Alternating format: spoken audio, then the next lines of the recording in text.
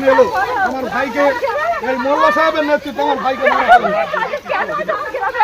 এটা এই বিষয়টা এসআইআর না, এই বিষয়টা এসআইআর না, এই বিষয়টা এসআইআর না, এই বিষয়টা এসআইআর না স্যার। আপনি যা বলবেন আমি মেনে নেব, কিন্তু এই জিনিসটা এসআইআর আওতায় পড়ে না। আমরা তো তদন্ত করে দেখছি, যেটাই কিছু হোক, এসআইআর হোক না হোক, ওর ওয়াইফ একটা স্টেটমেন্ট দিয়েছে, সেটা আমরা নোট করেছি। আমরা তদন্ত করে দেখব, যেটাই মৃত্যুর কারণ হবে সেটাই আমরা ঘোষণা করব। থ্যাংক ইউ স্যার, আমাদের উপরে ভরসা। Thank you. কি বলবেন? ঠিক কয়েক মাস আগে আমরা দেখলাম, কয়েকদিন আগে দেখলাম বিজেপির নেতা নেত্রীদেরকে, এমএলএ এমপিদেরকে মানুষ খেদাও করছেন, তাড়াচ্ছেন। আজকে দেখলাম শওকত মোল্লাকে ক্যানিং পূর্বতে তারা করছেন, খেদাচ্ছেন। আগামী দিনে মমতা বন্দ্যোপাধ্যায়কে, শুভেন্দু অধিকারীকেও ঠিক একই কায়দাতে, ঠিক একই নিয়মে বাংলার মানুষ, বাংলার খেটে খাওয়া কৃষক, শ্রমিক, ক্ষেতমজুর, ছাত্র, যুব, মহিলারা, বাংলার খেটে খাওয়া মানুষরা যারা মাথার ঘাম পায়ে পেলে প্রতিদিন শ্রম করছে, অর্জন করছেন, আর ন্যূনতম বেতন পাচ্ছেন না, কৃষক ফসলের মজুরি মূল্য পাচ্ছেন না, তারা ঠিক একই কায়দাতে, একই নিয়মে গণতান্ত্রিকভাবে মমতা বন্দ্যোপাধ্যায়কে, অভিষেক বন্দ্যোপাধ্যায়কে, শুভেন্দু অধিকারীদেরকে খেদাও করবেন, তাড়িয়ে তাড়িয়ে বেড়াবেন। এবার এই প্রসঙ্গে আসি যে ক্যানিং পূর্বের বিধায়ক শওকত মোল্লাকে ক্যানিংয়ের মানুষ তারা করেছেন, ভাঙড়ের মানুষ তাড়িয়েছেন। আসলে ভেতরের খবর যেটা জানতে পারলাম, বুঝতে পারলাম, ওইখানে একজন কোনো এক মানুষ সুইসাইড করেছেন, আত্মহত্যা করেছেন, যেটা জানতে পারলাম। সেই আত্মহত্যাটাকে তৃণমূল কংগ্রেসের নেত্রী মমতা বন্দ্যোপাধ্যায়ের নির্দেশে ওই ভাঙড় থানার ওসি না আইসি এবং শওকত মোল্লা সদল বলে গিয়ে সেই মৃতদেহটাকে হাইজ্যাক করার চেষ্টা করেছিলেন। কি জন্য না, ওই মৃত্যুটাকে বলতে হবে যে এসআইআর এর আতঙ্কে মৃত্যু হয়েছে, এসআইআর এর আতঙ্কে উনি আত্মহত্যা করেছেন বা সুইসাইড করেছেন। এই বাংলার প্রত্যেকটা থানার ওসিদেরকে, আইসিদেরকে এবং তৃণমূলের প্রত্যেকটা বিধায়কদেরকে মমতা বন্দ্যোপাধ্যায় পুলিশ মন্ত্রী হিসেবে এবং দলনেত্রী হিসেবে নির্দেশ দিয়েছেন, যেখানে যেখানে আনন্যাচারাল ডেথ হবে, যেখানে যেখানে অস্বাভাবিক মৃত্যু হবে, সে জলে ডুবে হোক, বিষ খেয়ে হোক, গলায় ফাঁস দিয়ে হোক, যেভাবে হোক না কেন, সেটা যেন যেভাবেই হোক না কেন ওসি এবং আইসিরা তার পরিবারের লোকেদের সঙ্গে কথা বলে যেন বডিটাকে হাইজ্যাক করে নেয়। আর বাংলার থানার পুলিশের ওসিগুলো, আইসিগুলো একদম দালাল। এই দালাল শব্দটা বারবার বলে বলে দালালরা অপমানিত হচ্ছেন।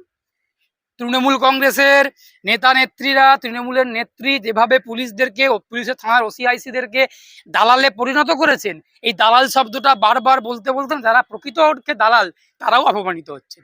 তার কারণ তাদের থেকে নিচে নেমে গেছেন পশ্চিমবঙ্গের থানার পুলিশের ওসি এবং আইসিগুলো।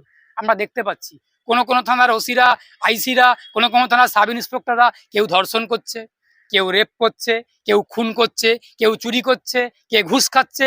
সুতরাং পুলিশের যেই কুকাণ্ড, পুলিশের যেই অপকর্ম, কুকর্ম, কর্মকাণ্ড, এর ফলে পুলিশগুলো তৃণমূল কংগ্রেসের দালালে পরিণত হয়েছে এবং মমতা বন্দ্যোপাধ্যায় দায়িত্ব সহকারে থানার ওসি এবং আইসিগুলোকে দালালে পরিণত করেছেন।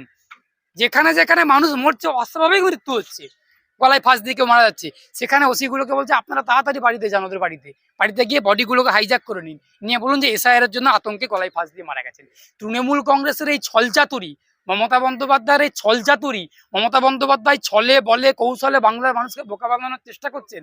আমি চাইবো না যে মমতা বন্দ্যোপাধ্যায়ের কোনো বিপদ হোক, আমি চাইবো না মমতা বন্দ্যোপাধ্যায়ের কোনো অসুবিধার মধ্যে পড়ুক, আমি চাইবো গণতান্ত্রিকভাবে, রাজনৈতিকভাবে মমতা বন্দ্যোপাধ্যায়ের মৃত্যু হোক, রাজনৈতিকভাবে, গণতান্ত্রিকভাবে বাংলার মানুষ মমতা বন্দ্যোপাধ্যায়কে গণতন্ত্রের অস্ত্র নিয়ে, আইনের অস্ত্র নিয়ে আঘাত করুক, যেই আঘাতে মমতা বন্দ্যোপাধ্যায়ের রাজনৈতিক জীবন ছিন্ন ভিন্ন হয়ে যাবে, ছিন্ন বিচ্ছিন্ন হয়ে যাবে।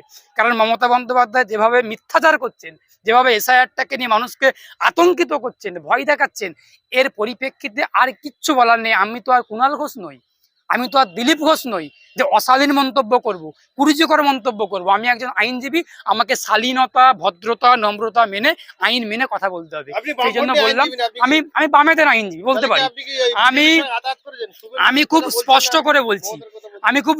করে বলছি, আমি কুণাল ঘোষও নই, আমি দিলীপ ঘোষও নই, আর আমি ওই আপনার সাম্প্রদায়িক কৌস্তব বাগচিও নই।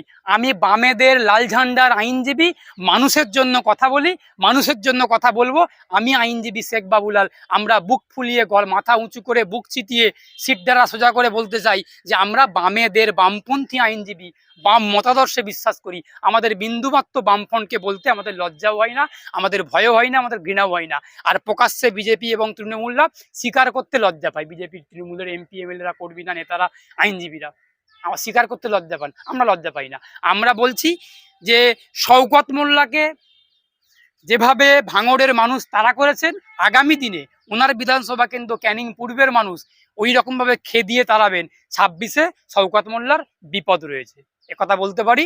কারণ যেভাবে দক্ষিণ 24 পরগনাতে আইএসএফ মাথাচাড়া দিচ্ছে, ভাইজার মাথাচাড়া দিচ্ছে, নওশাদ সিদ্দিকী এবং আব্বাস সিদ্দিকী যেভাবে উঠছেন, ভয় পাচ্ছেন তাকে তৃণমূল কংগ্রেসের নেতা নেত্রীরা, এই যে তার ফলটা ওইখানকার মানুষই ওদেরকে তাড়া করাচ্ছেন, খেদিয়ে বেড়াচ্ছেন।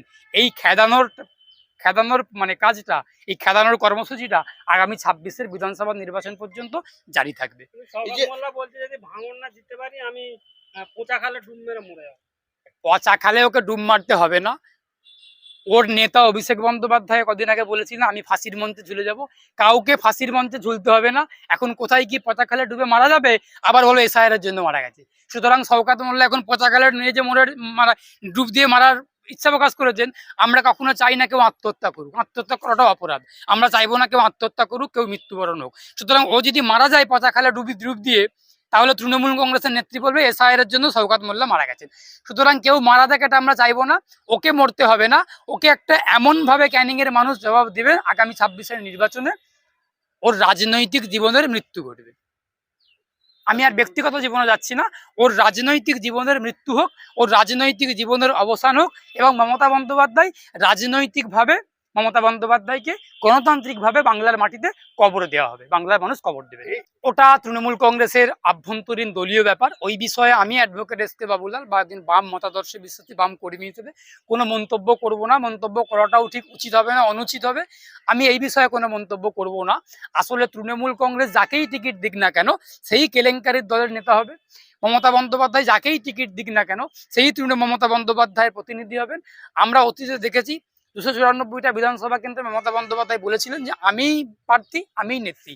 সুতরাং মমতা বন্দ্যোপাধ্যায় যে চোরেদের নেত্রী, মমতা বন্দ্যোপাধ্যায় যে ডাকাতদের নেত্রী, মমতা বন্দ্যোপাধ্যায় যে খুনিদের নেত্রী, ধর্ষকদের নেত্রী, আরজি করের নেত্রী, কামদুনির নেত্রী। সুতরাং সেই পরিপ্রেক্ষিতে বাংলার মানুষ মমতা বন্দ্যোপাধ্যায় তৃণমূল কংগ্রেসের মিথ্যাচার, সাম্প্রদায়িকতা, দাঙ্গা, মুসলিমদেরকে বিপদে ফেলা, হিন্দুদেরকে আতঙ্কিত করা, বাংলাদেশ থেকে অনুপ্রবেশকারীদেরকে ঢাল করে ঢুকিয়ে নেওয়া, এই যে সব কেলেঙ্কারি, সারদা কেলেঙ্কারি, নারদা কেলেঙ্কারি, আরজি কর, কামদুনি, ওইদিকে আপনার দুর্গাপুর, কৃষ্ণনগর, জয়নগর, আমতা, এই সব ঘটনাগুলো মানুষ মাথার মধ্যে রেখে তৃণমূল কংগ্রেস যাকেই টিকিট দিক, যাকেই প্রার্থী করুক না কেন, সে দিলীপ ঘোষকে টিকিট দিক, কৌস্তব বাগচিকে টিকিট দিক, বাবুল সুপ্রিয়কে টিকিট দিক, আর শুভেন্দু অধিকারীকে টিকিট দিক না কেন, মমতা বন্দ্যোপাধ্যায়ের মুখ দেখে ভোট হবে। মমতা বন্দ্যোপাধ্যায় যে একজন কেলেঙ্কারির নেত্রী, এই কেলেঙ্কারি দেখে মানুষ ভোট দেবেন তৃণমূল কংগ্রেসকে, আর মানুষ ভোট দেবেন না।